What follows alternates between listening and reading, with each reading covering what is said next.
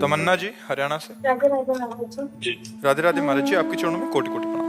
महाराज जी, मेरे मन में एक भय है, जैसे कि मैं किसी एग्जाम की तैयारी कर रही हूँ तो मुझे भय है कि यदि मैं उस एग्जाम में पास नहीं हो पाई तो मेरे जीवन में कुछ करने का उद्देश्य खत्म हो जाएगा। अब मैं सभी विद्यार्थियों की तरफ से ये पूछना चाहती हूँ कि इस भय को कैसे दूर कर सकते हैं और अपने जीवन के उद्देश्य कायम। बच्चा, हमारे पास तो एक ही उपाय है कि अगर भगवान का भरोसा हो जाए तो भय खत्म हो जाए। कि अगर मैं फेल भी हो जाती हूँ तो भगवान मेरे है ना, कोई ऐसा उपाय करेंगे जिससे मेरा मंगल हो जाए। फेल हो जाने का भय पहले आपने स्वीकार कर लिया, पहली हार तो आपने स्वीकार कर ली। पहले सोपान जो जीत की है वो आप हार चुके हैं। नहीं, मैं पूरा प्रयास करके पढ़ूंगी, मैं अपने विषय में परिपक्व होंगी और मैं कैसे फेल होंगी। अंतिम समय तक परीक्षा के हम यही सब, मैं जीतूंगी, मैं विजय को प्राप्त होंगे, मैं पास होंगे। और जब फेल हो गए तो हमें विचार करना त्रुटि कहाँ हुई, कौन से अभ्यास में त्रुटि हुई। अब अगले वर्ष मैं ऐसा पढ़ूंगी नंबर 1 में आऊंगी। हार तो हमें स्वीकार ही नहीं करनी। हम अपने जीवन की बात करें, हार स्वीकार करना हमारे स्वभाव में नहीं। जिद्दी स्वभाव, हार स्वीकार नहीं करना। अगर हमें कहीं भी हार लगती है तो हम उस कमी को देखते हैं, 100 बार उस कमी को ठीक करने की कोशिश। अगर 100 बार हारेंगे तो हम स्वीकार नहीं करेंगे मैं हारा हूं। नहीं, मैं एक दिन जीतूंगा, मैं ये कमी को दूर करूंगा, आगे बढ़ूंगा। अब जैसे विद्यार्थी पहले से डर गया, अब वो इतना घबराया हुआ तो जरूर कमी कर देगा। घबराया हुआ आदमी कहीं सफल नहीं होता। हमारी बात समझना, चाहे खेल में हो, चाहे पढ़ाई में हो, या किसी भी हो, थोड़ा निर्भय होना चाहिए। घाटा हो गया, अब क्या होगा, अब वो इसी चिंतन, निगेटिव चिंतन क्यों करते हो। घाटा होगा तो देखा जाएगा।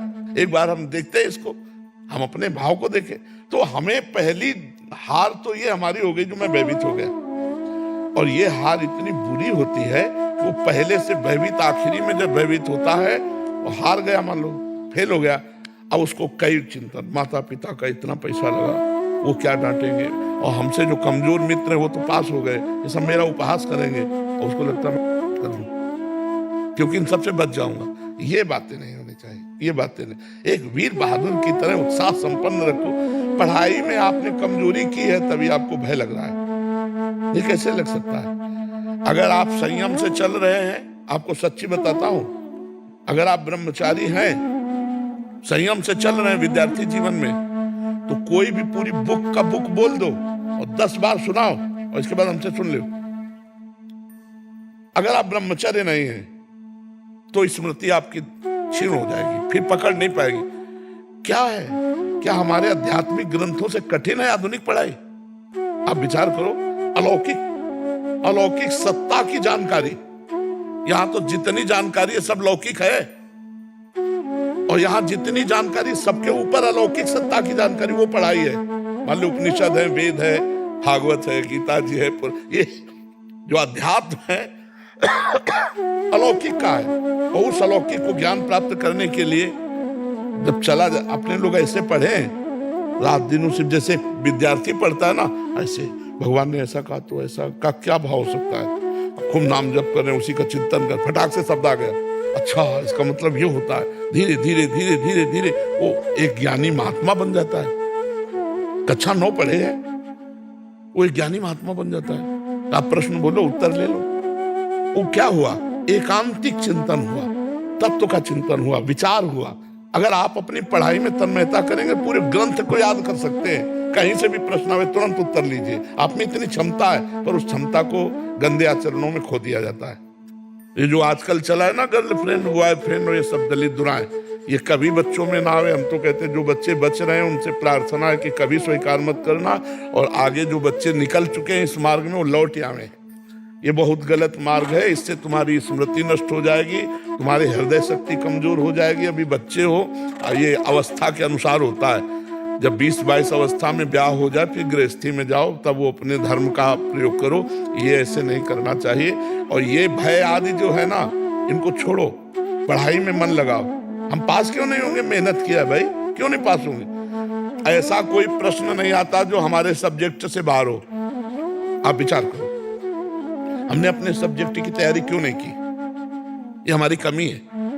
अगर वो ऐसा प्रश्न दे जो सब्जेक्ट से बाहर हो, तब तो भाई मतलब हम असमर्थ हैं कि पता नहीं क्या प्रश्न आएगा। लेकिन हमारे टीचर जो हमें पढ़ाए हैं उसी में आएगा, आता है ना, तो हमने अपना सब्जेक्ट क्यों तैयार नहीं किया?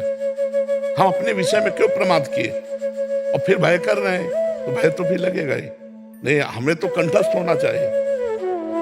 मतलब आप समझो, अगर आप ब्रह्मचारी हो तो ग्रंथ का ग्रंथ कंठस्थ कर सकते हो, कोई परेशानी नहीं होगी दिमाग में। आज जो बच्चे कहते हैं ज्यादा पढ़ो तो सर दर्द करने लगता है, आंखें कमजोर है, ब्रह्मचर्यहीनता, खुली बात कह रहे, ब्रह्मचर्यहीनता।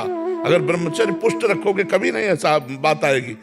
एक आदमी बदल गया ना, हमारा जीना सार्थक हो गया, हमारी साधुता सार्थक हो गई, हमारा जीवन सार्थक हो गया। तो हम अपने कर्तव्य पे लगे हुए हैं, तो उसका फल देख रहे हो। रात्रि के, अब सुनो, सर्दी का समय है, छोटे छोटे बच्चे, माई बहन, बूढ़े सब खड़े हैं रोड में। अब कई घंटों से खड़े होंगे, हम 2 बजे निकलते हैं, घंटों से खड़े, बस इतना, किसी को देखा किसी को नहीं भी देख पाए, बस ऐसे ऐसे करते चले जा रहे। क्या है? अगर कर्तव्य किया तो इतने लोग प्यार दे रहे हैं, भगवान इतने रूपों में आकर हमें प्यार दे रहे हैं। तो अपने कर्तव्य का पालन करो, प्रमाद मत करो, तो विजय होगी, निश्चित विजय होगी। विचार से इतना परिवर्तन आया है यंग जनरेशन में। मेरी पुत्री है, डॉक्टर है, और जब से मतलब सुनना शुरू किया है, उसके विचारों में बहुत परिवर्तन आया है। वो भगवान, बहुत आपकी इतनी कृपा हुई है गुरुदेव हमारे ऊपर, पूरे परिवार के ऊपर, कि यंग बच्चे हैं मेरे तीनों, और तीनों इतने ध्यान से सुनते हैं और फॉलो करते हैं जी हर चीज का जो आप। हाँ, बस यही बात का हम, इतने पढ़े लिखे बच्चे जो है, हाँ, मुझे खुद आश्चर्य होता है। आधुनिकता में फंसे हुए बच्चे अध्यात्म को सुने, बहुत बड़ी बात है। मैं कह रहा हूँ, मेरे दोनों बच्चे महाराज जी विदेश में पढ़ाई करने गए, तो वहाँ का खान पान बिल्कुल अलग था। बेटा तो उसी तरह का भोजन भी उसने करना शुरू कर दिया था, लेकिन जब वो आया छुट्टियों में, तो एक ही बार यहाँ वृंदावन आया था और आपके सत्संग को सुना उसने, प्रभु जी जीवन बदल गया, पूरे परिवार का जीवन बदल गया। प्रभु भगवान कृपा करते, उन्हीं की कृपा, और सब कृपा करे कि सब कोई स्वस्थ रहो, अच्छे आचरण करो, भगवान की कृपा सब पर है। खूब आनंद में जीवन व्यतीत करो, बस गंदे आचरण न करो, गंदा भोजन न करो, किसी का मंगल न करो, इसीलिए मनुष्य जन्म मिला है। खूब आनंद में जीवन।